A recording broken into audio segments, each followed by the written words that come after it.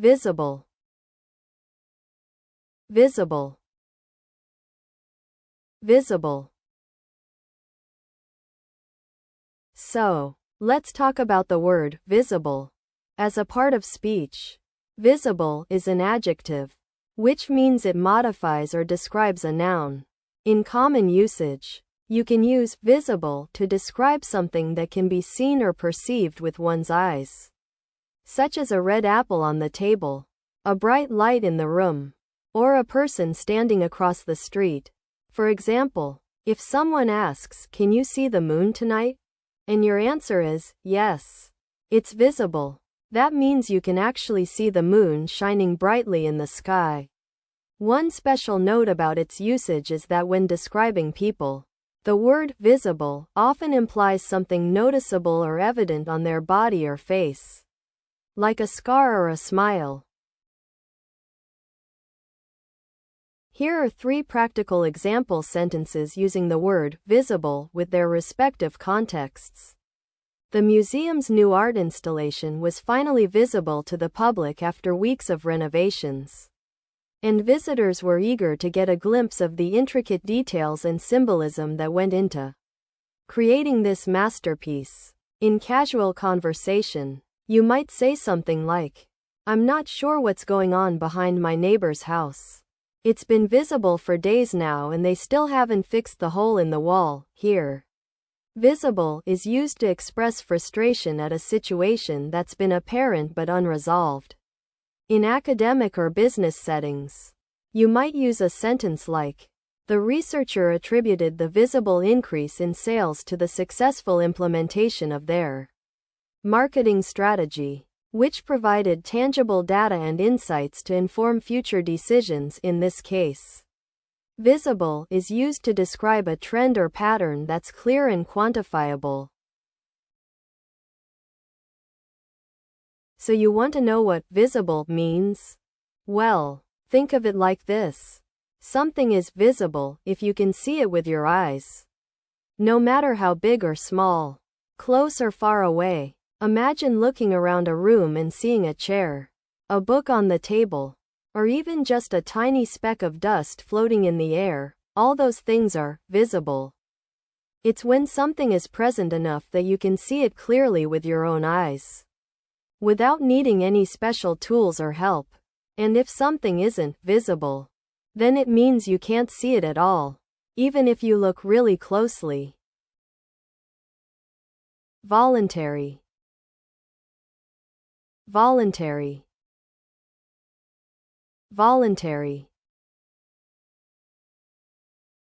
The word voluntary refers to an action or decision that is made without being forced or required to do so. As a noun, it can describe something that is given or done freely, such as a voluntary contribution to charity. The adjective form of voluntary means relating to or characterized by this freedom from obligation, like a voluntary worker in a community center. In common usage, people often use voluntary to talk about decisions they make without being told what to do, like choosing to join a sports team or donating time to a cause. It's worth noting that in some cases, especially in formal or official contexts, the word voluntarily might be used instead of voluntary, which can change the meaning to describe an action taken with knowledge and intention. In a formal setting, such as a graduation ceremony, you might say, "The university would like to express its gratitude to all the volunteers who contributed their time and skills to make this event possible," highlighting the value of their voluntary efforts in making our students' experience even more memorable. Here, the word voluntary is used to emphasize that the individuals involved did so out of a sense of duty or generosity, rather than being forced or required to do so. In casual conversation with a friend who's organizing a charity run, you might say, "I've decided to sign up for the event and I'll be volunteering my time to help set up and take care of registration on the day." In this context, Using voluntary implies that your friend is freely choosing to participate in the activity, rather than being obligated or required to do so. In a business or academic setting, you might say, the company's voluntary employee recognition program has been successful in boosting morale and productivity among our staff, demonstrating the positive impact of incentivizing their contributions. Here, the word voluntary is used to describe an initiative that encourages employees to participate on a voluntary basis, highlighting its value as a means of promoting engagement and motivation. So you want to know about this concept that means doing something because you really want to, not because you have to? It's when people choose to do something on their own, without being forced or told they must. One of the main characteristics is that it happens freely and with good intentions. You might think of similar ideas like, on your own initiative, or by choice. But this particular concept is more about showing enthusiasm and willingness to participate. When people use this kind of effort, it usually involves doing something extra or going above what's expected, because they genuinely want to contribute or help out. Abandon. Abandon. Abandon. So, let's talk about the word abandon. The part of speech is a verb, which means it's an action word that describes something happening. When we say someone abandons something, we mean they leave it behind, either voluntarily or because they can't continue with it anymore. In common usage, you'll often hear this word used in phrases like, I'm going to abandon my diet, meaning you're giving up on it, or they abandoned their plans to move abroad. What's important to note is that abandon has a strong sense of finality. So when we use it, we mean that something is being completely given up on, not just put on hold.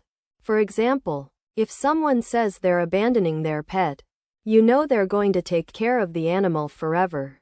But rather than keeping it themselves, they're giving it to someone else to care for. Here are 3 practical example sentences using the word abandon, each with a brief context explanation. The company will be forced to abandon its plans for an office expansion due to unforeseen financial difficulties, resulting in significant job losses and restructuring of their operations. In this formal usage, the word abandon implies a complete and intentional cessation of efforts, conveying a sense of severity and consequence. However, when my friend's pet goldfish got sick, she abandoned it to its fate, leaving it to die alone in the tank without any care or attention. Here, the casual conversation usage of abandon is more informal and colloquial, implying a complete lack of effort or responsibility towards something or someone. In an academic study on environmental degradation, researchers suggested that climate change has led many indigenous communities to abandon their traditional ways of life in order to adapt to changing weather patterns and preserve their cultural heritage. In this business or academic usage, the word abandon is used to describe a deliberate shift away from previous practices or customs, highlighting the complexity and nuance of environmental issues. So, you want to know what abandon means? Well, imagine a situation where you intentionally leave something or somewhere without intending to return, usually because it's no longer useful or needed. The main characteristic of this concept is that someone has stopped taking care of or being responsible for something, like leaving a toy behind when you outgrow it. You can also think of similar ideas like give up or stop caring about, which are all related to not wanting to be involved with something anymore. In terms of how it's used, abandon is often associated with physical spaces, like an empty building that has been left without maintenance. But it can also apply to relationships or responsibilities.